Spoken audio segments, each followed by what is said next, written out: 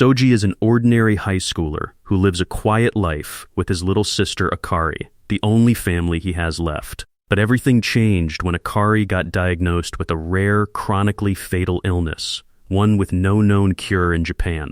The only hope lies in outrageously expensive experimental treatment overseas, far beyond anything Soji could ever earn honestly. Desperate, he turns to social media, where attention can be turned into money. But fame isn't kind to people like him. Soji isn't charismatic, attractive, or controversial in the right way. He isn't someone who can post pretty pictures or ride trends into popularity. So he becomes something else, a villain. Soji begins uploading videos of himself ambushing well-known fighters and popular combat sports content creators. He provokes them publicly, then attacks without warning on camera. He fights dirtily and flees before authorities can arrive. Soji goes viral. The internet tears him apart with non-stop hatred. But every insult only fuels his fame in the algorithm. Soji doesn't care what they call him, as each insult translates into money that goes directly into his sister's treatment fund. Soji visits Akari at the hospital, who is sitting up in bed, staring at her phone. Soji scolds her gently and tells her to lie down and rest, but she laughs it off. She asks where he has been. Soji lies easily, saying he's been busy taking care of things. He hands her a bag of sweets, and Akari immediately narrows her eyes. She asks how many sweets he's eaten that day. He says 3. She tells him to stop lying. After a pause, he admits it is 6. Akari scolds him, telling him to take better care of his health, limit himself to 1 sweet a day, and stop pulling all-nighters without doing laundry. Even sick, she worries more about him than herself. As she eats a small piece of cake, she suddenly begins coughing violently. Panicked, Soji rushes to call a nurse, but Akari stops him, insisting she is fine. She doesn't understand why her body keeps betraying her. Soji tells her not to lose hope, and reminds her that in 1 month they will be traveling overseas, where a specialist will examine her and fix everything. Akari hesitates, mentioning the terrifying cost of American medical care, but Soji assures her money won't be an issue. He says he has a well-paying side job and everything is under control. Seeing her smile, Soji remembers the orphanage warden who taught them always to do the right thing. He knows he's abandoned that lesson, but not by choice. All he has is his strong body and his ability to fight, and if saving Akari means becoming a villain, then he's willing to burn the world to do it. A month passes, and Soji disappears from social media, sparking rumors that he's dead or taken by Maiden Academy. But in reality, he's alive and hiding in his tiny apartment, eating convenience store pudding cups, and texting Akari on his phone, asking if she wants some. She replies that she wants chocolate pudding, and he promises to bring some next time he visits. Soon, Soji falls asleep with his phone still in his hand. He suddenly wakes up in the middle of the night and sees a person looming over him, an intruder wielding a massive sledgehammer. The weapon slams down where Soji's head had been moments before, and only his reflexes save his life. He rolls away as the intruder curses and swings again, aiming not at Soji himself, but at the phone in his hand. Attack after attack comes down, each one narrowly missing. Soji finally drops the phone, realizing with horror that the man isn't trying to kill him, he is trying to destroy the device. Soji grabs the phone and bolts out of the apartment, sprinting into a brightly lit park. As he runs, he texts Akari about the intruder. She tells him to run and call the police. He doesn't. Instead, he keeps texting her. The intruder catches up and attacks again.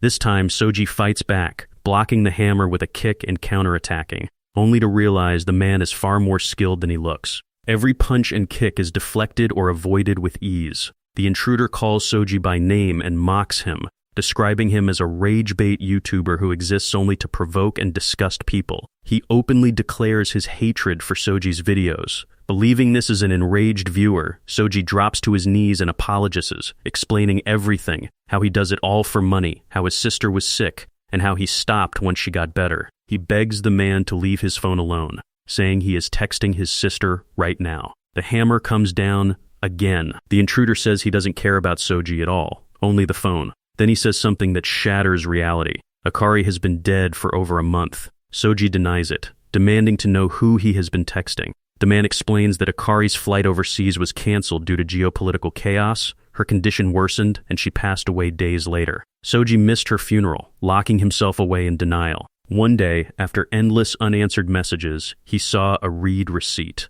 Akari replied, The phone suddenly glitches, and her face appears on the screen, crying and asking if he is okay. Before Soji can respond, the intruder smashes the phone with his hammer. Instead of breaking, the device emits a twisted energy, and Akari materializes before them, first as herself, then transforming into a monstrous, demonic apparition. The intruder tells Soji to back away. He explains that ghosts once haunted physical places, but now they haunt digital ones. When the online account of a dead person gains sentience, it becomes a ghost account. This is Akari's. The intruder reveals his name, Kasabata. He summons a massive warhammer from his phone using cyberkinesis and attacks the ghost. Normal weapons can't harm it. As Kasabata prepares to finish the exorcism, Soji grabs him from behind, begging him to stop. That hesitation allows the ghost to recover and strike Kasabata down. Akari's ghost attacks Soji, chewing into him, and in that moment Soji realizes the truth. He is the one binding her spirit.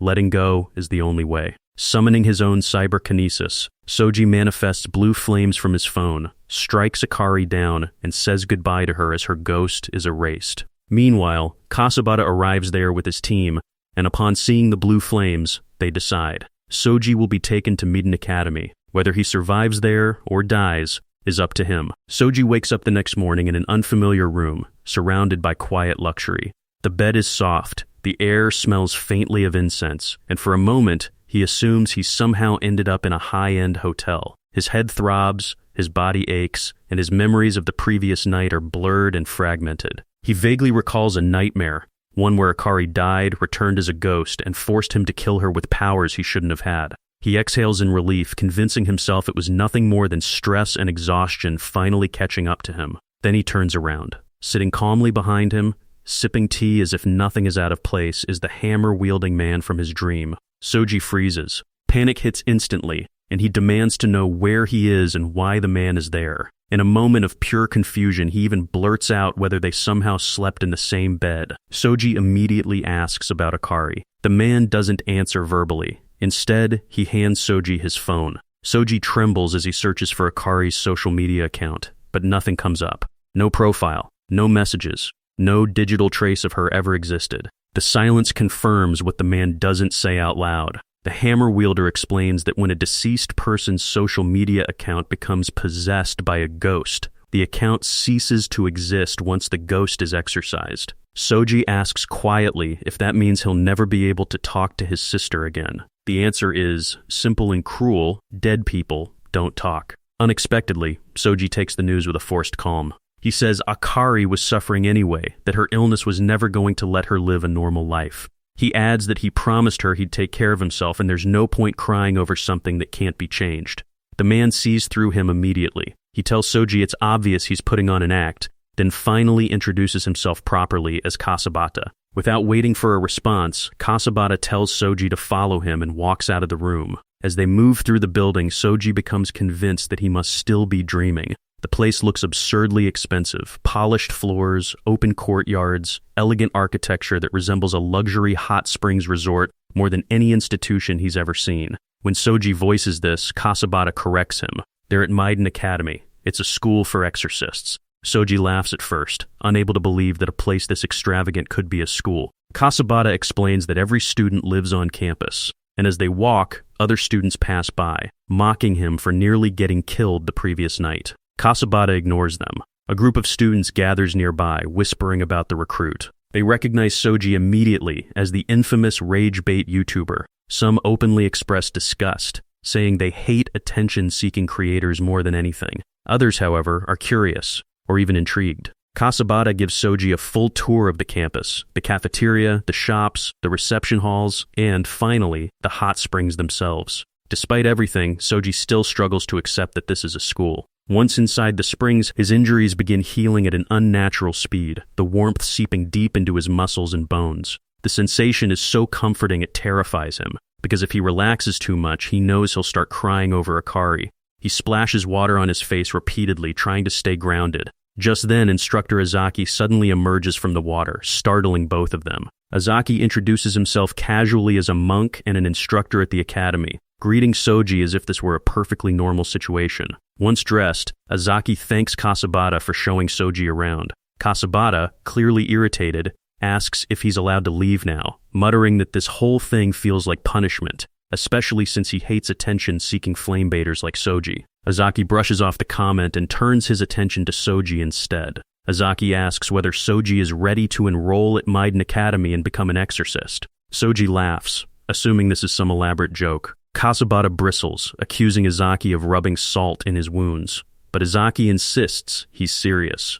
He explains that Soji awakened his powers the previous night and could become a valuable asset to the academy. Soji doesn't understand what Azaki means by powers, so Azaki explains. For thousands of years, exorcists have fought malevolent spirits using cyberkinesis, but everything changed with the rise of the internet, allowing spirits to manifest through phones and social media. Traditional techniques became useless against these digital entities. To survive, exorcists were forced to abandon psychokinesis and develop cyberkinesis, the ability to channel spiritual power through modern technology. Soji stops listening halfway through. He stretches, pulls out his phone, and opens a map app to check how far away he is from home. He says he's not interested in ghosts, exorcists, or powers. All he wants is to go back to a normal life, get a job, eat properly, sleep on time, and live like a functional adult. He says he has no intention of reviving his YouTube channel because the only reason he ever did those videos was to save Akari.